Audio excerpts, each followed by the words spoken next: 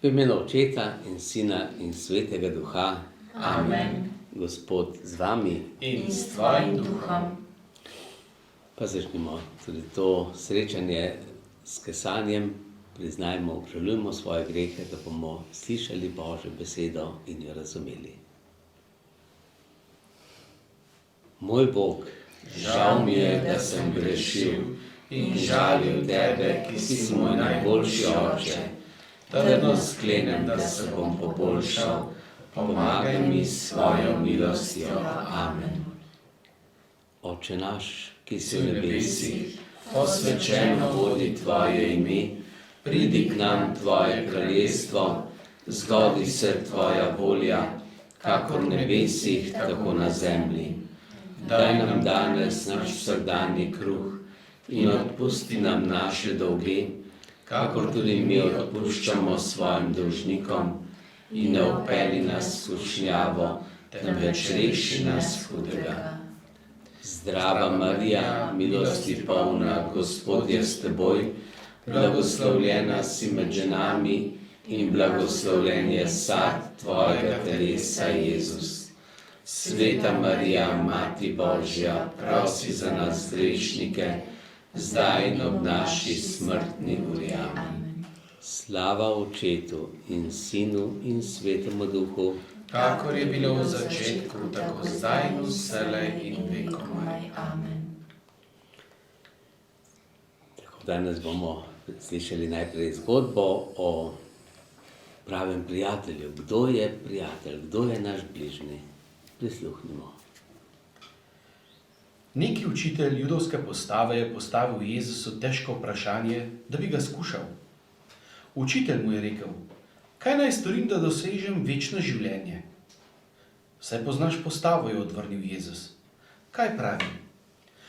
Pravi nam, naj ljubimo Boga z vsem srcem, vsem mišljenjem in vso močjo in svojega bližnjega, kakor samega sebe, je brez oklevanja odgovoril učitelj postave.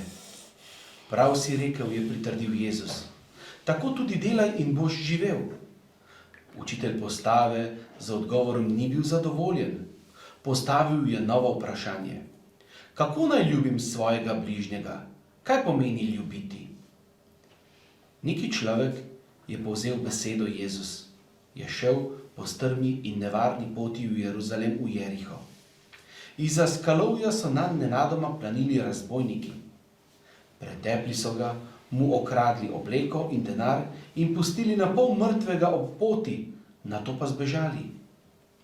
Primerilo se je, da je prišel mimo duhovnik, ki je pravkar opravil svojo službo v Jeruzalemskem templju. Ko je opazil roj brenčečih muh in s krvjo oblito telo, je šel hitro mimo po drugi strani ceste.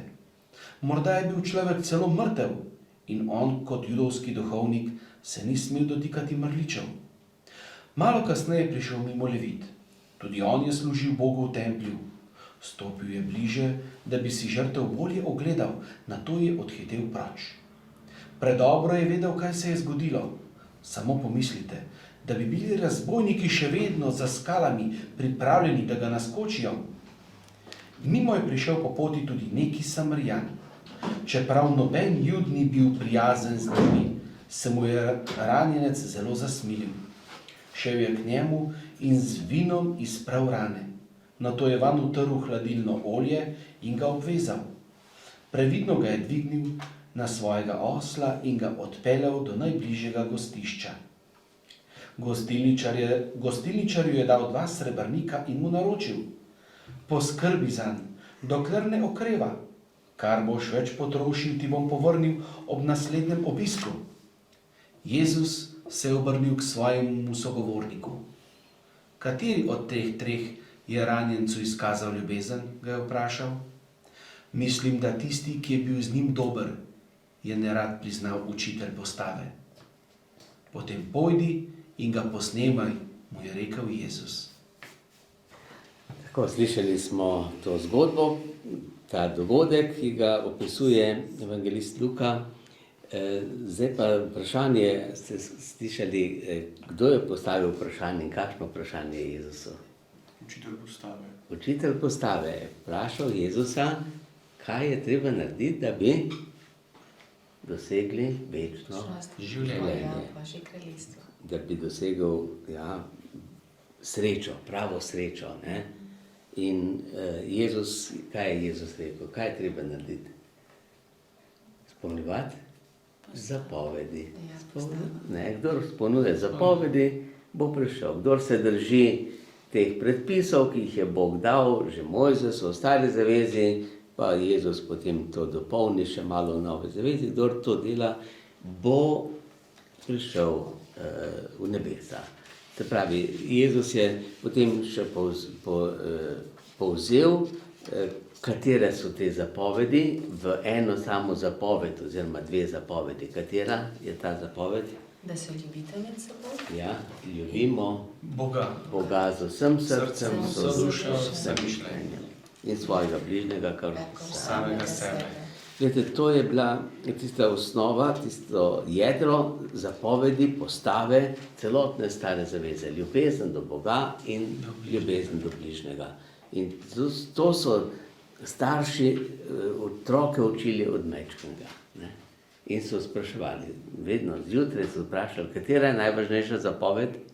Ljubi Boga. Ljubi Boga, z vsem srcem, z dušo, vsem mišljenjem. mišljenjem. In tudi svojega bližnjega, kakor samega sebe. No in potem zvečer so spet vprašali, pa čez dan tudi, vedno znova. Pa to so imeli napisano na vratih, na čelu, na roki so si napisali to, na obesili tukaj, da jim je tolklo po srcu, ljubi Gospoda in ljubi svojega bližnjega. Ne? Tako da to so otroci in vsi ljudje vedeli. To, če si ga vprašal, to je bolj si zapomnil to, kot pa če te je vprašal, kot je ime. Zakaj ga pa bolj vpraša, kdo pa je moj bližnji? No, to je pa zdaj druga stvar. Ne? Zdaj pa, Judje so pa imeli za svoje bližnje, ljubi Boga, to se je vedelo. Bog je naš Bog, Jahve. Tak Bog, ki nas je rešil iz sužnosti, iz Egipta, iz puščave. In samo ta Bog je pravi Bog, noben drug Bog. Drugo so vse krivi bogovi, maliki, to niso bogovi, to so samo podobe iz kamna, iz lesa. Pravi, oči imajo, pa ne vidijo, ušesa imajo, pa ne slišijo. Ti bogovi nič ne morejo povedati, nič, to je mrtvo. To so stvari. Ne? Naš Bog je pa Bog, ki govori, ki pove in tako naprej. In zdaj pa, se pravi, za Boga se je bilo jasno. Za bližnje so pa Judje takrat trdili, naši bližnji so samo tisti, ki so takšne vere, kot smo mi. Vsi drugi, ki niso Judje, so pa pogani in to so tako kot psi, kot živali. Se pravi, mi celo nič stika z njimi, čim manj stika z njimi. Ne? In zato tukaj pa Jezus pravi, torej ljubi svojega bližnjega. In tukaj pa postavi vprašanje, kdo je pa moj bližnji? Ne? Kdo je bližnji? Ali so samo Judje, ali so tudi kakšni drugi ljudje, tudi mogoče tisti, ki imajo Jude radi, ki jih Jude spoštujejo, judovskega Boga spoštujejo in tako naprej. No in tukaj pa Jezus zdaj pove, zdaj pa Jezusova prilika, da jim razloži, kdo je pravi Bog in kdo smo mi ljudje. Ne? Pravi Bog, se pravi je Bog, to je jasno, mi ljudje pa smo vsi Božji otroci, smo vsi bratje in sestre. In kako se pa tukaj pokaže, kdo je brat pa sestra, ne v besedah, ampak v dejanju. No in tukaj Jezus pove to priliko, to ni bil zgodovinski dogodek, ampak Jezus je povedal, tako bi se lahko zgodilo. Ne? Da grejo, duhovnik gre mimo, ne vidi človeka v stiski, ga ne prepozna kot svojega bližnjega. Levit, kdo so bili leviti? Levijev rod so bili tudi pomočniki duhovnikom, nekateri so bili tudi duhovniki, nekateri pa pomočniki, ki so delali v templju. Ne? No in ta Samarjan je bil pa tujec, ne? Ki je prišel mimo in ta se je ustavil in ta je pomagal. Zdaj pa, da bi mi bolj razumeli to tudi v kontekstu cerkve, kaj to pomeni. Kdo je ta Samarijan? Ta Samarijan ni tisti človek iz Samarije, ampak je nekdo iz drugega sveta in to je Jezus. Jezus je ta Samarijan. Kdo je pa ta človek, ki je padel?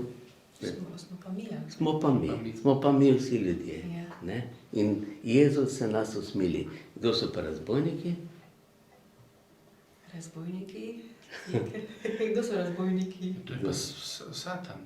Hudobni duh. Hudobni duh. Tako, hudobni Ki duh. nas skuša. Hudobni duh napada človeka in ga rani in ga na pol mrtvega potem pusti, ne? Tako kot Adama pa Evo in tako naprej. Tudi nas, kadar delamo greh, je hudobni duh, ki nas napade. In zdaj pa, kdo gre mimo nas? Velikokrat grejo ljudje mimo nas, ki se nočejo z nami ukvarjati. A ta je grešnik, ta je baraba, ta je tak in tak, ne? Pa mu to noče pomagati. Jezus se pa ustavi. Jezus se pa ustavi. Ne samo, da se ustavi. On ulije olje, vino v rane. Zdravi. Se pravi, on daje tolažbo, daje usmiljenje. Ne? Bog je usmiljen. No, potem pa naprej, ko naredi tisto prvo osnovno nego, potem pa pelje tega ranjenca kam? Na oslu v gostišče. Gostišče. To je... Ni zastonj. Ja. Ga pogosti. Gostišče pomeni hospic, hospital, hotel, ne? To je tudi bolnišnica in to je cerkev.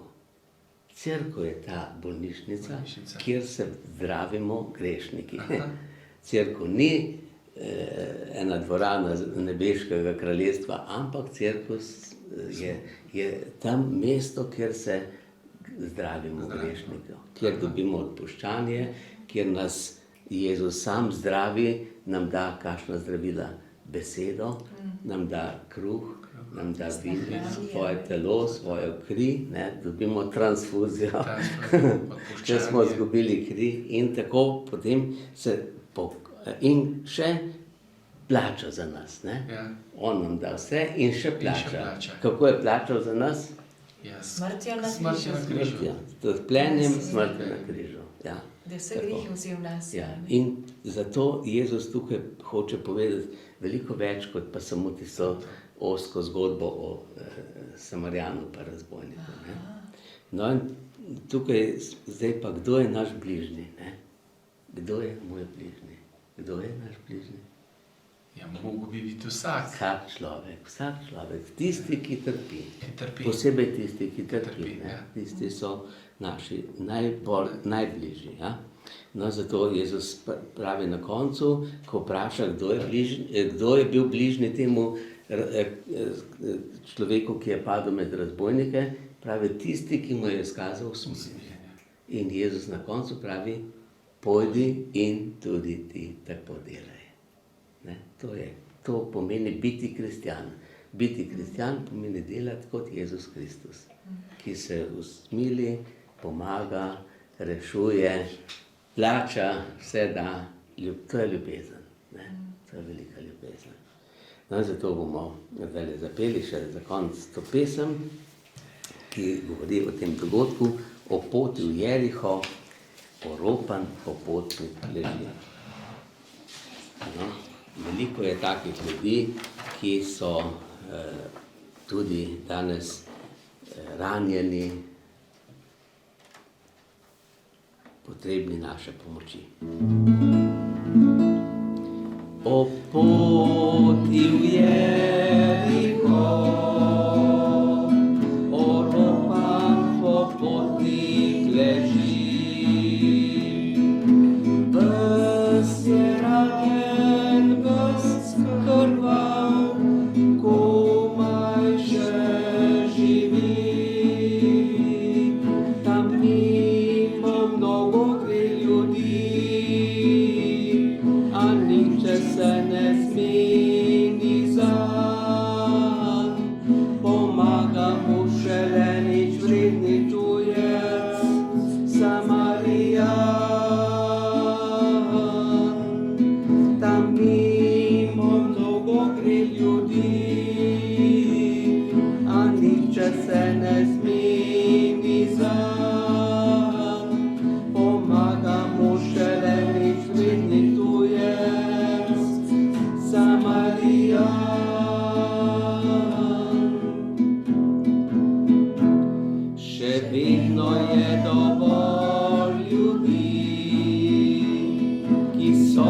potrebni pomoči. Lačni želji bolni so, čakajo na nas. Zaman nas kličejo trpeči, še danes mimo njih ide kristjani. Pozabili smo, da biti moramo Samarijani. Še danes kličejo trpeči, še danes mimo njih ide kristjani. Pozabili smo, da biti moramo Samarijani.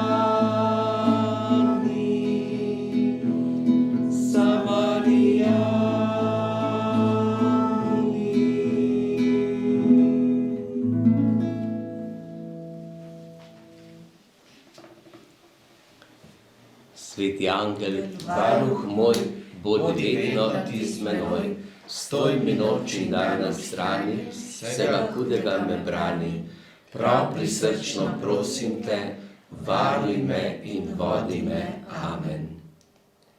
Gospod z vami In s tvojim duhom. blagoslovi vas vsemogočni in usmiljeni Bog, Oče, Sin in Sveti Duh. Amen.